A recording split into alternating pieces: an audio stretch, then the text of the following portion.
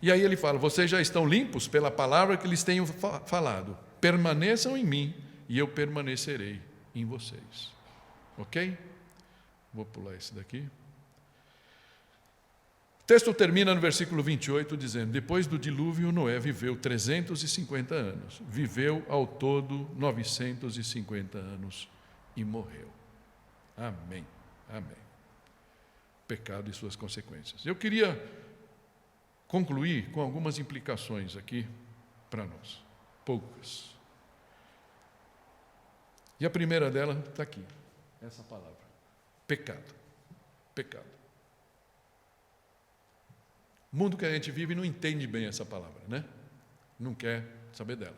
Prefiro falar erros, desvios. Muito bonito. Pode ser mais bonitinho, mais fashion. Você está falando com uma amiga, eu cometi um equívoco. Mas a Bíblia fala: você pecou. E é importante a gente ter essa clareza. Romanos 3, 23, 24 fala assim: pois todos pecaram e estão destituídos da glória de Deus. Grifei ali de propósito: todos, sendo justificados gratuitamente por sua graça, por meio da redenção que há em Cristo Jesus. Todos nós pecamos. Noé pecou, Cã pecou, Canaã certamente pecou, mas Sem também pecou, Jafé também pecou. Não naquele momento, mas com certeza pecaram. E essa é a nossa experiência. Por isso que nós precisamos de um Salvador. Nós precisamos de Jesus.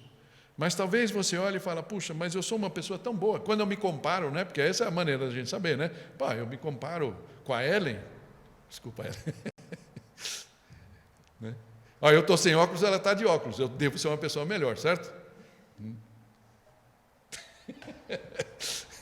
E assim a gente gosta de comparar. Mas nossa, perto do fulano, aquele cara lá, eu sou melhor. Deus vai olhar para mim e vai: puxa, né? Mas é interessante, a gente pensa que a gente vai conseguir, pelas nossas forças, dar um jeito, mesmo que Deus nos mostre o nosso pecado, aquelas coisas onde a gente está errando. Mas, infelizmente, né? Importante que a gente precise saber que, quando a gente peca, primeiro o coração que a gente magoa não é o nosso,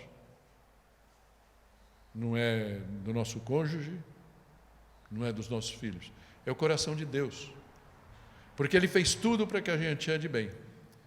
Então é importante, quando a gente erra, saber o que aconteceu com Ele, que Ele se entristece com aquilo. Isso nos dá uma perspectiva diferente.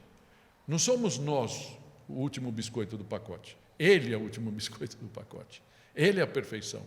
Então, quando eu peco hoje, uma coisa que eu não tinha no passado, eu falo: puxa, não consegui de novo, a minha performance não foi boa. Mas quando eu olho para Deus, eu falo: Senhor, eu desonrei o Senhor. Eu dei alvo para o inimigo vir e falar: está vendo? Aquele filho lá que você protege, aquele filho que você deu emprego, aquele filho que você trata bem, olha o que ele faz. Eu dou essa oportunidade. Isso me entristece também. E aí a palavra que a Bíblia fala é outra, né?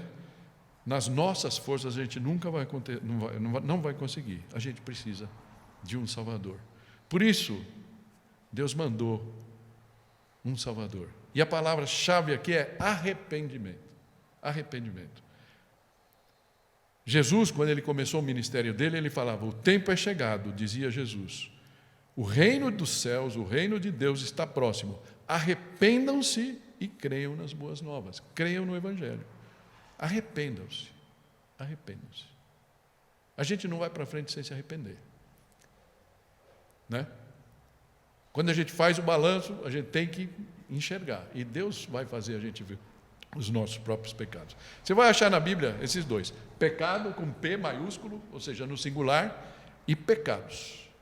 É como se o pecado primeiro fosse aquele que fala: eu não preciso de Deus. Esse é o grande pecado. Foi o pecado de Adão. Foi o pecado talvez de Cã. Não é? Eu não preciso de Deus. Eu não preciso de Deus. Eu consigo me virar. Mas tem aquele momento onde Ele nos chama a nos derramar diante dele. E os pecados, todos nós vamos lidar ao longo do tempo. Se confessarmos os nossos pecados, Ele é fiel e justo para nos perdoar os pecados e nos purificar de todas as coisas. Mas a última coisa que eu queria trazer com você é essa palavra: parceria. Parceria. Jesus fez tudo por você e por mim na cruz, amém? Mas o que Ele espera? A nossa atitude para com Ele. Tiago, que é um irmão de Jesus, que durante a vida de Jesus não quis saber de Jesus. Falou: eu não quero saber desse maluco, quem é esse daí? Era meu irmão, agora virou Deus. Né? Muito complicado.